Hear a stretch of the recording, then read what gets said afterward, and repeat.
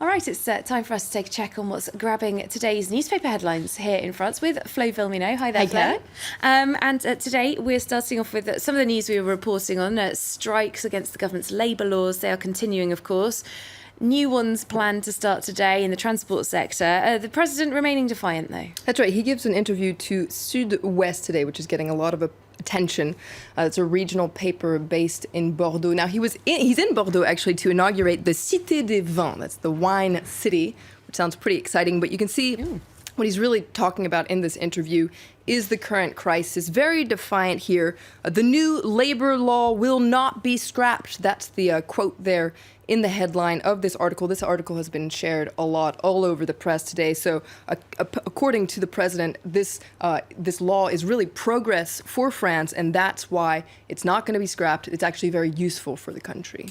And the government has stayed pretty firm with that message, hasn't it? And the biggest trade union that's been driving these protests, it's starting to see a bit more criticism now, isn't it? That's right. Comments from Pierre Guettaz. You might be familiar with that name. He is the leader of France's main business representatives union, the MEDEF, and he is starting to lose his patience with respect to the crisis. You can see this interview he gives to Le Monde today.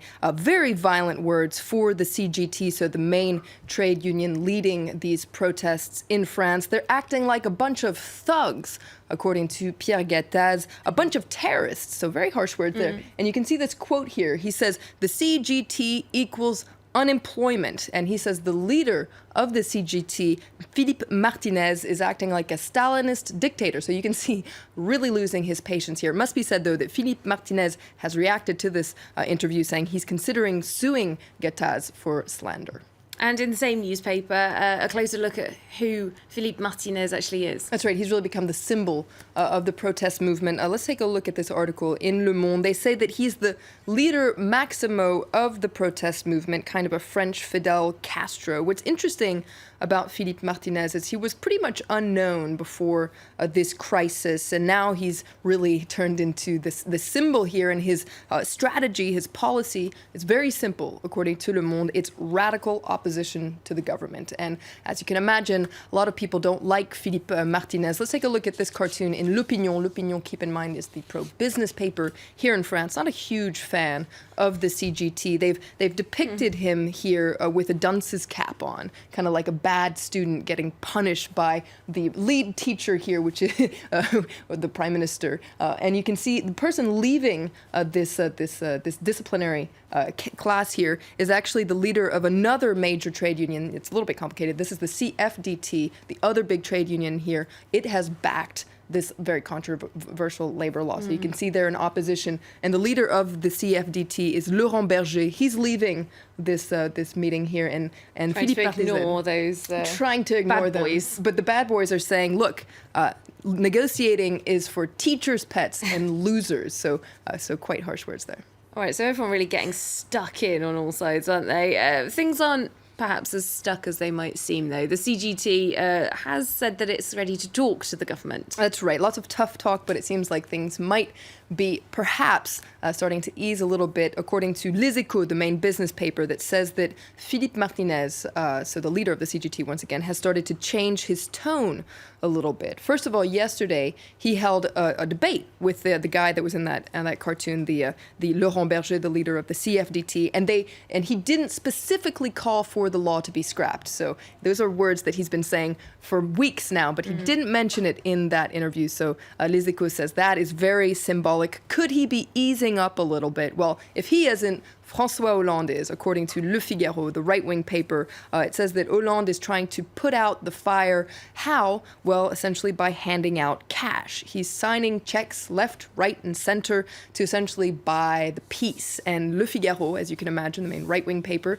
doesn't like this one bit. They say, look, we're going towards a clear catastrophe here because essentially François Hollande is just dishing out our public money and running through it all the way until the end of his presidency, perhaps.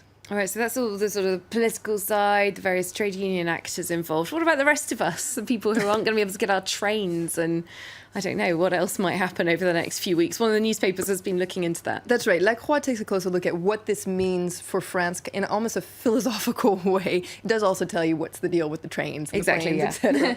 But this is a very interesting look at what this crisis reveals about France in general these days. And La Croix, the Catholic paper, interviews 6 specialists about what this social tension means about the state of France. And it's a very wide range of people. You have a journalist, economist, a bishop, a movie director. So it's very wide-ranging. Sounds like a point of fun view. Dinner party. Exactly. I'd like to get in on that. But what they're saying is a little depressing, it must be said. They say that the current crisis has really revealed some deep divisions here in France, and we need to modernize our social dialogue, and starting with the way young children in school discuss things. Well, speaking of young children in school, there have been some quite schoolboy comments that have been making the media headlines, haven't they? This comes from the economy minister, Emmanuel Macron. He confronted a guy who's against the government's labour law changes. He happened to be wearing a T-shirt. That's right. And Emmanuel Macron, in his suit, took him up on his vestimentary choices. That's right. Macron said the best way to buy a suit is to work. So, ouch. Pretty harsh comments that have drawn a lot of criticism for Emmanuel Macron. Now, remember, Emmanuel Macron has recently launched a political movement. It's called En Marche, Forward. Lots of people wondering just what his ambitions are. Does he want to maybe run for president? Aujourd'hui en France, Le Parisien wonders, is his suit too big for him? Essentially, are his ambitions too big? And also, what are his ambitions? Le Parisien wonders, is he the angel or is he a devil? You can see a very mischievous looking Emmanuel Macron. He certainly has upset a lot of people, though, including within the government. If you take a look at that cartoon there, you can see Hollande saying, look, he's a little bit like the Zlatan of the government. And you can see a very annoyed-looking Prime Minister Manuel Valls there saying, what, he came like a prince and left like a legend. But what's interesting is his comments have also reminded a lot of people of another politician who ruffled feathers, Nicolas Sarkozy. Let's take a look at a final cartoon. This is in Libé, and you can see him wearing lots of suits here and echoing words of Nicolas Sarkozy, get to work, idiots, which is a polite way of translating that. Lovely. A nice cartoon note to end on. Thanks very much, Flo Vilmino. We'll be back later on looking through the international papers for us as well. Right now, we're going to take a short break here on Live from Paris. Do stay tuned.